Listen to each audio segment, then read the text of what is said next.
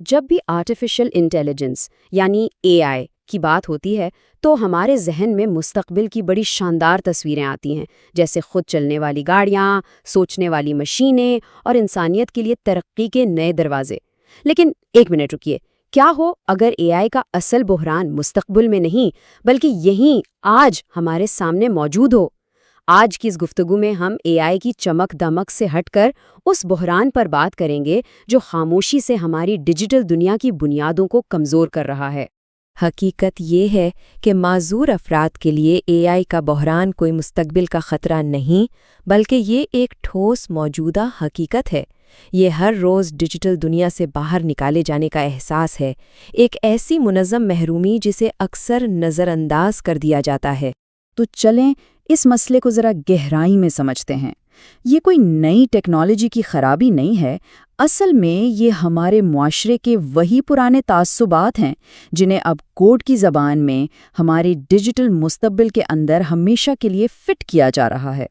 اس عمل کو ایک نام دیا گیا ہے خودکار محرومی یا آٹومیٹڈ ایکسکلوژن، اور یہاں سمجھنے کی سب سے اہم بات یہ ہے کہ یہ کوئی غلطی یا بگ نہیں ہے، بلکہ یہ موجودہ AI سسٹمز کے ڈیزائن کا ایک سوچا سمجھا حصہ لگتا ہے۔ یہ وہ طریقہ ہے جس کے ذریعے پرانی سماجی رکاوٹوں اور تعصبات کو جدید ڈیجیٹل سسٹمز میں ایسے بنا جاتا ہے کہ معذور افراد منظم طریقے سے اس سسٹم سے باہر رہ جاتے ہیں۔ اس بحران کی اصل لڑائی کسی پیچیدہ الگورتھم میں نہیں لڑی جا رہی، بلکہ یہ ہمارے روزمرہ کے ڈیجیٹل تجربات میں ہے۔ یہ وہ چھوٹی چھوٹی بظاہر معمولی نظر آنے والی خامیاں ہیں جو لاکھوں لوگوں کے لیے ایک ڈیجیٹل دیوار کی طرح ہیں، جو انہیں آگے بڑھنے سے روک دیتی ہیں۔ مثال کے طور پر کسی ویب سائٹ پر موجود ایک ایسا بٹن جس پر کچھ لکھا ہی نہیں ہے۔ ایک عام صارف شاید اس پر دھیان بھی نہ دے، لیکن ایک نابینا صارف کے لیے جو اسکرین ریڈر استعمال کرتا ہے، یہ ایک بند دروازے کی طرح ہے۔ اسکرین ریڈر بتا ہی نہیں سکتا کہ اس بٹن کا کام کیا ہے، اور یوں ایک پورا کا پورا ڈیجیٹل سفر وہیں پر رک جاتا ہے۔ اسی طرح سیکیورٹی کے لیے استعمال ہونے والے بصری کیپچر کو دیکھیں۔ وہ ٹیڑھی میڑھی تصویریں جو ہم سے یہ ثابت کرواتی ہیں کہ ہم انسان ہیں، ایک نابینا صارف کے لیے پورے سسٹم تک رسائی کو ہی ناممکن بنا دیتی ہیں۔ یعنی سیکیورٹی کے نام پر انہیں ڈیجیٹل دنیا میں داخل ہونے سے ہی روک دیا جاتا ہے۔ اور پھر ناقص ڈیزائن کی وجہ سے پیدا ہونے والا ایک ٹوٹا ہوا پروسیس ہے۔ ذرا سوچیں کہ ایک معذور شخص کوئی آن لائن فارم بھر رہا ہے، لیکن ڈیزائن میں خرابی کی وجہ سے وہ بار بار ایک ہی سٹیپ پر واپس آ جاتا ہے۔ یہ ایک ایسا چکر ہے جس سے نکلنا ناممکن ہو جاتا ہے، اور ایک بالکل بنیادی کام بھی ادھورا رہ جاتا ہے۔ تو بات اب صرف سہولت کی نہیں رہ جاتی، یہ معاملہ بنیادی شہری حقوق کا بن جاتا ہے۔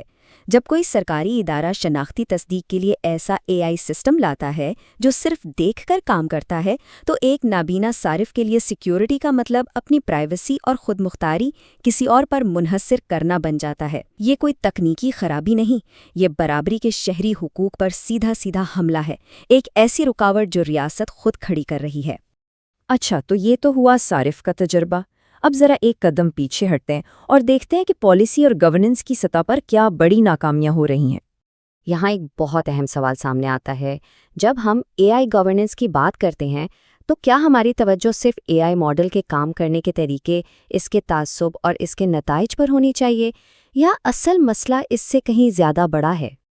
اکثر یہ سمجھا جاتا ہے کہ AI گورننس کا مطلب صرف ماڈل کے تعصب کو ٹھیک کرنا ہے، لیکن حقیقت یہ ہے کہ اصل گورننس میں پورے سسٹم تک رسائی شامل ہونی چاہیے، اس کے انٹرفیسز، اس کے ٹولز اور وہ تمام طریقے جن سے عوام اس سسٹم کا حصہ بنتے ہیں، کیونکہ اگر سسٹم تک پہنچنا ہی ممکن نہ ہو تو الگورتھم کتنا بھی شفاف ہو اس کا کوئی فائدہ نہیں۔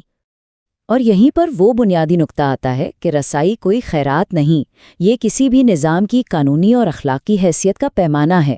اگر کوئی ڈیجیٹل سسٹم جسے عوام کی خدمت کے لیے بنایا گیا ہے معاشرے کے ایک بڑے حصے تک پہنچ ہی نہیں سکتا، تو وہ نظام حکومت کرنے یا خدمت کرنے کا اپنا جواز ہی کھو دیتا ہے۔ تو اب سوال یہ ہے کہ گورننس کی سطح پر یہ جو ناکامیاں ہیں، ان کا حقیقی دنیا میں کیا اثر ہوتا ہے؟ خاص طور پر گلوبل ساؤتھ جیسے خطوں میں اس کے کتنے خطرناک نتائج نکلتے ہیں؟ یہاں ایک اور بہت اہم بلکہ خطرناک تصور سامنے آتا ہے: علمیاتی محرومی یا ایپسٹیمک ایکسکلوژن۔ یہ وہ صورتحال ہے جب AI سسٹمز ایک ایسا علم بناتے ہیں جسے پسماندہ کمیونٹیز نہ تو خود چیک کر سکتی ہیں اور نہ ہی اسے چیلنج کر سکتی ہیں۔ وہ ایک ایسے بلیک باکس کے رحم و کرم پر ہوتے ہیں جسے وہ کبھی کھول کر دیکھ ہی نہیں سکتے۔ یہ محرومی ایک چکر کی طرح کام کرتی ہے۔ سب سے پہلے متعصب ڈیٹا سیٹ سے شروعات ہوتی ہے، پھر اس کی بنیاد پر جو نتائج نکلتے ہیں وہ ایسے فارمیٹ میں ہوتے ہیں جن تک رسائی ممکن نہیں ہے۔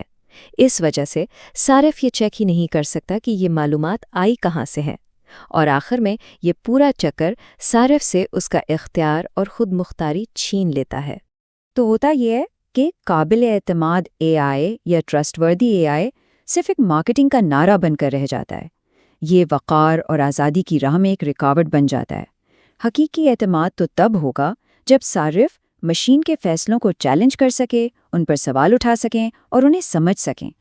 ان تمام مسائل کو دیکھنے کے بعد سوال تو یہی بنتا ہے کہ حل کیا ہے، آگے کا راستہ کیا ہے، ہم ایک بہتر اور منصفانہ ڈیجیٹل مستقبل کیسے بنا سکتے ہیں؟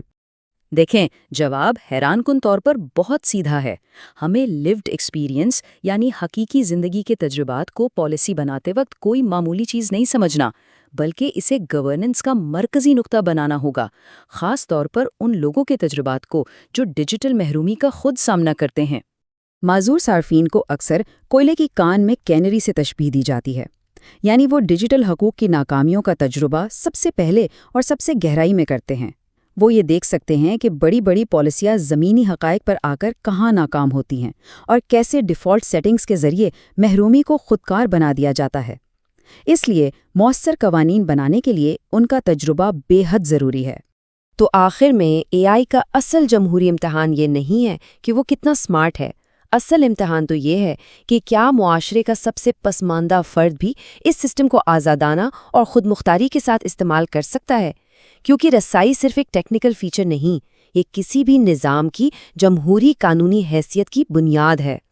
اور بات یہاں آ کے رکتی ہے کہ ہمیں یہ فیصلہ کرنا ہے، کیا اے آئی انسانیت کے لیے ایک بہت بڑی پیش رفت ثابت ہوگا، یا یہ تاریخ میں بڑے پیمانے پر محرومی پھیلانے والا سب سے بڑا آلہ بن جائے گا؟